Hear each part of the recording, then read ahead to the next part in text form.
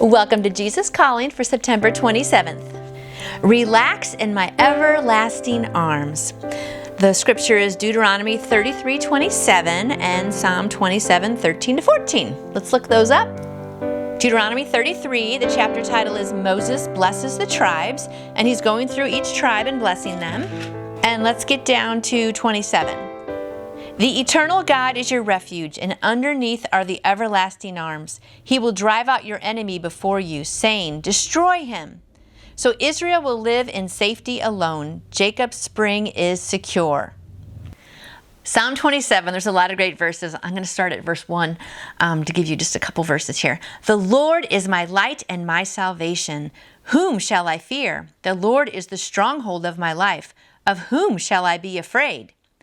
Then I'm going to jump down to 4. One thing I ask of the Lord, this is what I seek, that I may dwell in the house of the Lord all the days of my life, to gaze upon the beauty of the Lord and to seek him in his temple.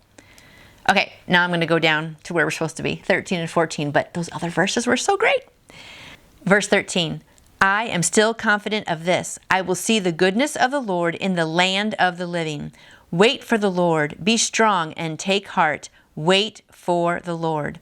And off to the side here, I have, when earthly life is depressing, remember, heaven awaits you to live forever. Relax in my everlasting arms. Your weakness is an opportunity to grow strong in awareness of my almighty presence.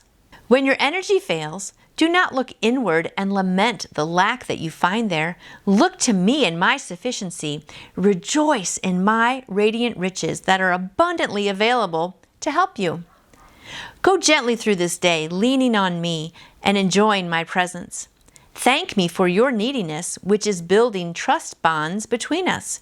If you look back on the journey thus far, you can see that the days of extreme weakness have been some of your most precious times. Memories of these days are richly interwoven with golden strands of my intimate presence. Oh, I love that. I'm going to read this one line one more time.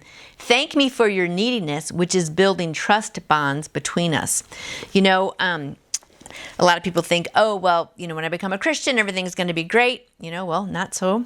We live in a sinful world. And what I have found and what she's saying there is true, that the times when I've needed God and then he comes to help me, those are the times that we're just so interwoven and we're just so close. And I feel him and I see how he provides for me. If you never had a problem, you never know God could solve them, right? That's an old saying. And so don't look at bad times and hard times as, oh, I'm being maybe punished or God doesn't like me or care for me. Everyone's going to have hard times. That's just part of life.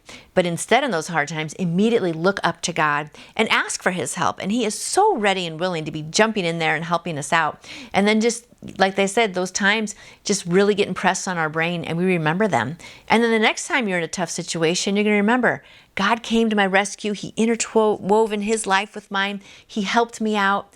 One thing, it's so fun. I know sign language, so this is a sign for help. And I just love that. It's like, here comes God, boop, and everything's going to be okay because God is helping me. So he is there to help you. So I hope, especially if you're having a hard day today, just call out to him and he is going to help and lift you up and you're going to have a much better day. It won't be perfect, but you know what? His presence can just flood us and just give us the peace that we need. So I hope you lean on him today and I will see you back here tomorrow.